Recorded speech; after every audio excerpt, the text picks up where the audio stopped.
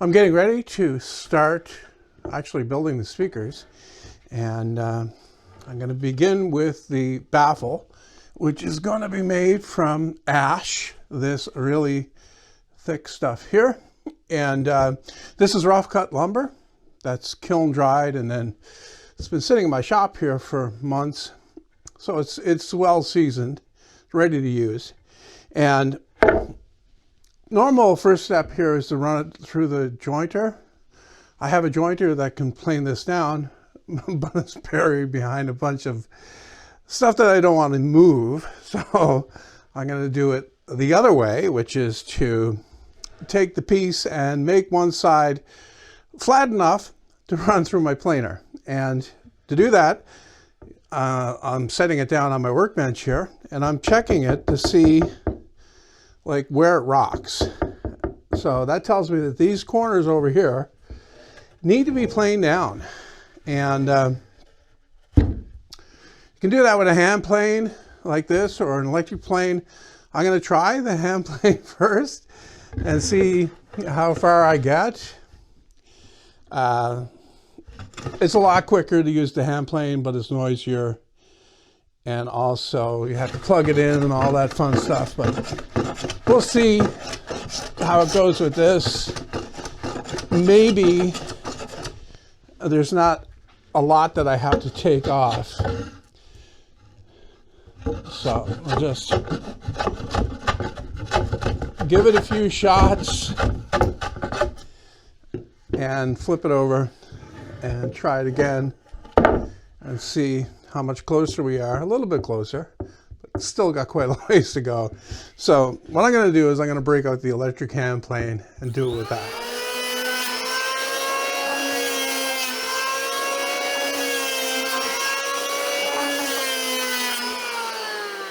All right, let's flip it over and check it again and see how it is. And there's still a very tiny rock there, but I don't think it's anything to worry about. When this goes through the planer, it's going to make it parallel on both sides, nice and flat. And I'm going to cut it in half from there. So if there's a very slight twist in it, it's not going to matter. It's not going to be perceptible. So that one's good. What I also have is a piece of cherry.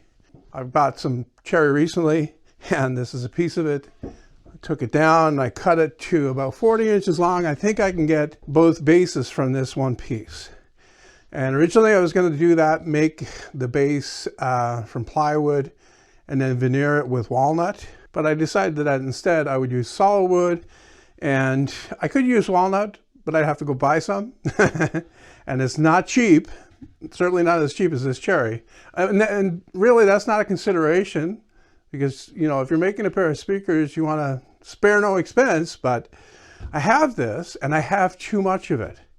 And I think it's going to look good. The combination of the cherry with the ash. The cherry will naturally darken over time and accentuate the lightness, the paleness of the ash. So I'll do the same with the cherry. Set it down on my bench here. And yeah, there's a little bit of a rock here as well. So I'm also going to have to do a little bit of flattening on this. I'm going to plane the ash and the cherry at the same time so that I wind up having them the same thickness. And this narrow piece that you see me feeding in here is not part of the project. I'm using that so I won't get heavy snipe on the end of the board that I'm planing. Snipe happens at the beginning and end of the cut, primarily because one of the rollers is not on the wood, so that the cutter tends to cut a bit deeper.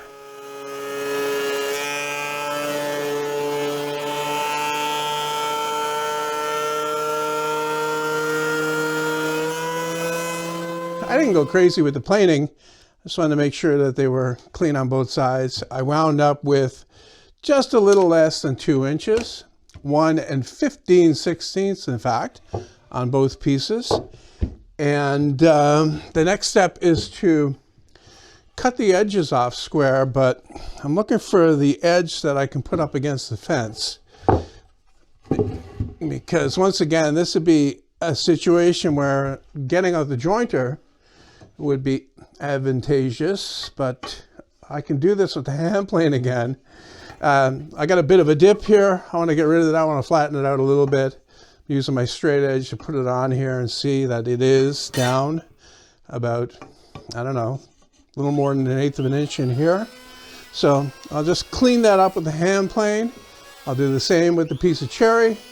And then I can run it through the table saw and rip off the other edge so that it's parallel. Flip it around again and rip off the edge that I just planed.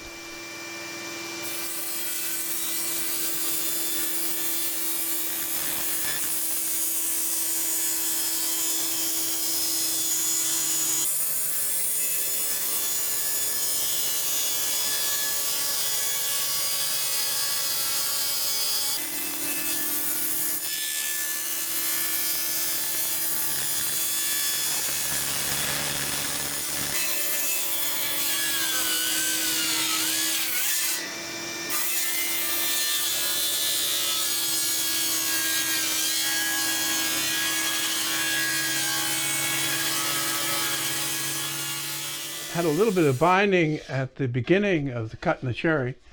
I just backed it off and ran it through again, and everything's good. I'm not going to touch the cherry anymore for now. Just wanted to make sure that it was the right width. This only has to be 6 inches wide, so I cut it down to that. This one, however, is 8 inches wide, the baffles. So next I'm going to cut this to length. I'm going to do that on the miter saw. Now you can see in this end that I'm cutting, there's a bit of a crack. That's called a check. Normally that's a big problem. You want to cut that off. But I need to notch out these baffles to fit the base in. So I'm going to leave it because I'll be cutting it away after.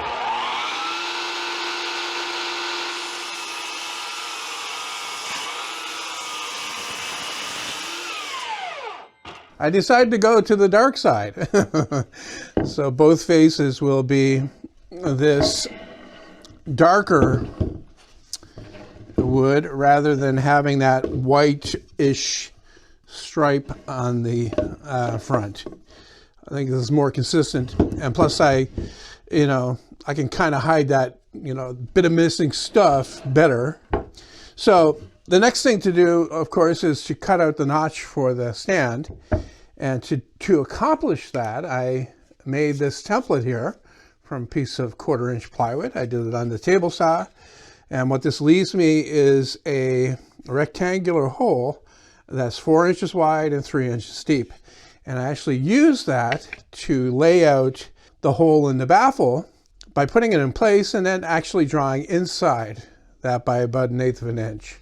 And then I put a 3/8 inch bit in my drill press and I drilled out the corners so that when I take it over to the bandsaw to cut this plug out, I won't have to mess around in the corners.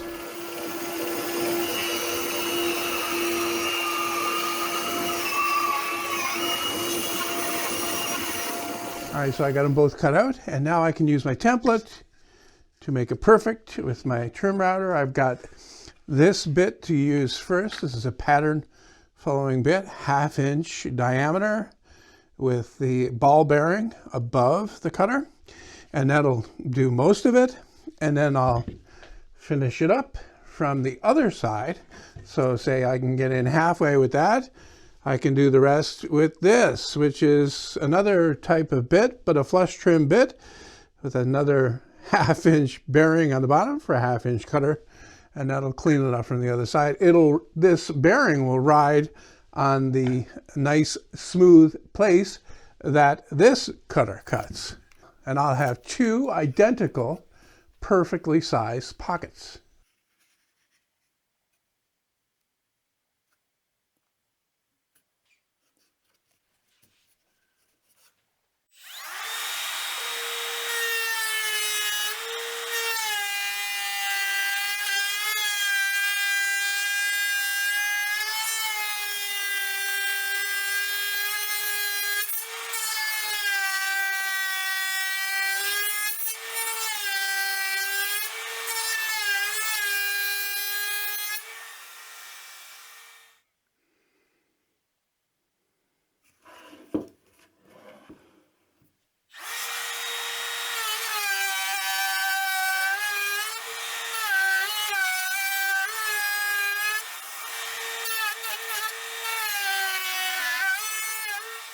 Now one cut, I can pop off my pattern here and do the other one. Might have noticed that I changed the bit from this one to this one, which is slightly shorter and also a bit sharper. I didn't want to try to cut that much at one pass. So switch to this, and this actually is halfway through, so works out better.